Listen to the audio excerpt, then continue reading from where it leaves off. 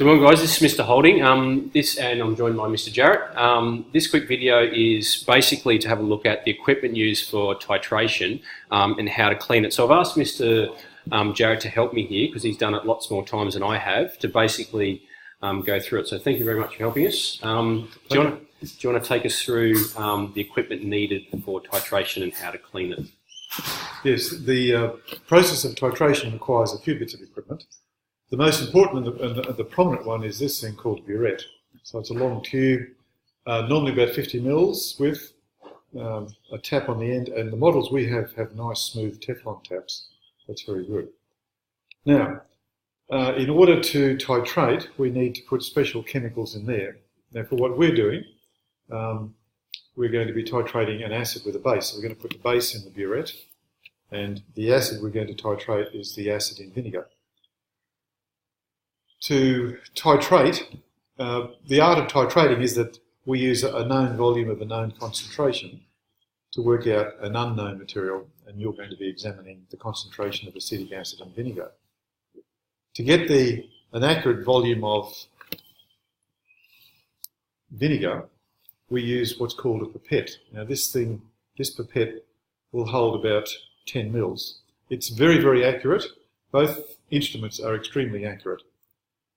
To fill the pipette, we can't suck it up as we're using a straw because things can go terribly wrong. That used to happen, didn't it? Yes. When I was going to university, we sucked it up, and I got a mouthful of acid one day. So I like this. So we use the pipette filler, and so there's 3 letters on that, and I know I always say S for suck, E for empty, but I never remember what A stands for. Have I got those right, or do you call them something else? No, that's fine, and I think just say A is for the air to go out. Okay, A for air, there you go, that's easy. That's right. So it works on a suction, on a vacuum, and so a very important thing when doing this is when using the pipette, to save damage to you and the pipette, always hold it very close to the end, and it is then pushed in gently, so just enough so it grabs.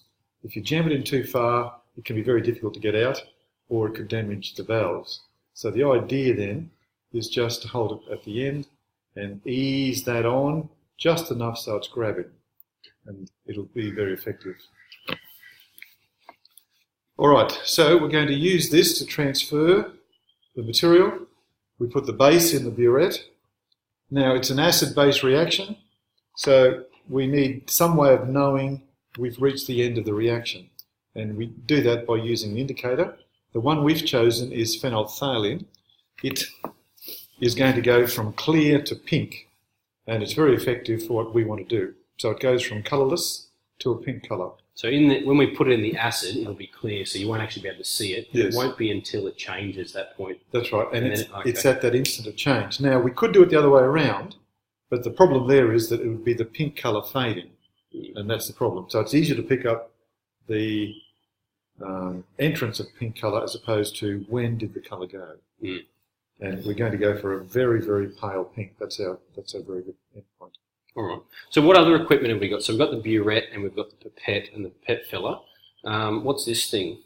All right. Now, the reaction is going to occur in the conical flask. So this is what we add our acid to and our indicator, and that's going to sit underneath the burette.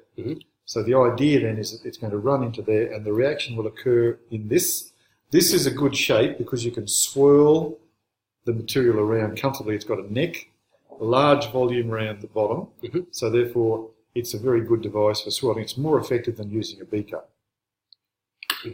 Okay, so we've got that. I can see that we've got a beaker there. That's a waste beaker, isn't it? So we're not really using that. It's just there to put the waste in. That's right. Or in this case, you might use it to get smaller amounts of the materials. Okay. So you'll take samples, pour our samples into the beaker, and therefore that's easier for us to pour into the burette, the base in the burette, or to use the pipette to transfer to that.